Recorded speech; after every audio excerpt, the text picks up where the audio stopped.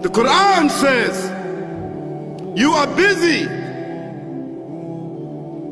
piling up, calculating, developing your careers, your money, your occupation, your wealth until you visit the graves. Think about it. When was the last time that you went to a funeral? Was it your mother? Was it your father? Was it your grandfather? Was it your uncle? Was it your cousin? Was it your friend? Was it your wife? Was it your husband?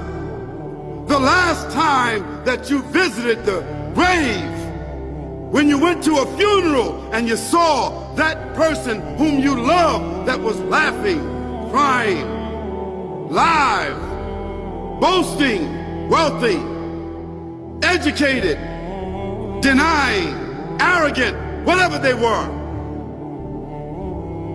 What was the demeanor of the people when you walked in that funeral home? When that person was stretched out in their last suit?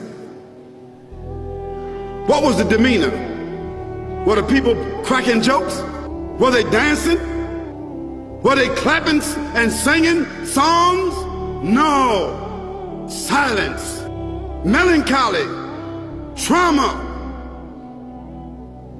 Why? Because every person that walked in that room, seeing that person stretched out, the first thing they thought about was not the person. The first thing they thought about was that one day this will be me.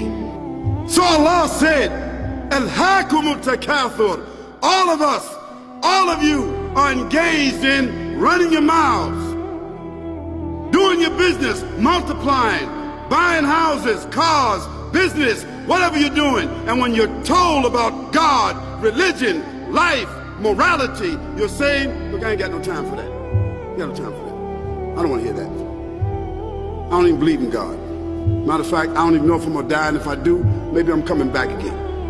As a matter of fact, science is so sophisticated that I think really that they're on the verge of being able to solve the whole thing of death soon. We ain't gotta die. If we got enough money, we don't even have to die.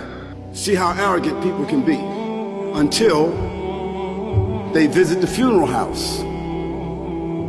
And then after you go to the funeral house, if you got the guts, if you're able to do so, you go to the grave.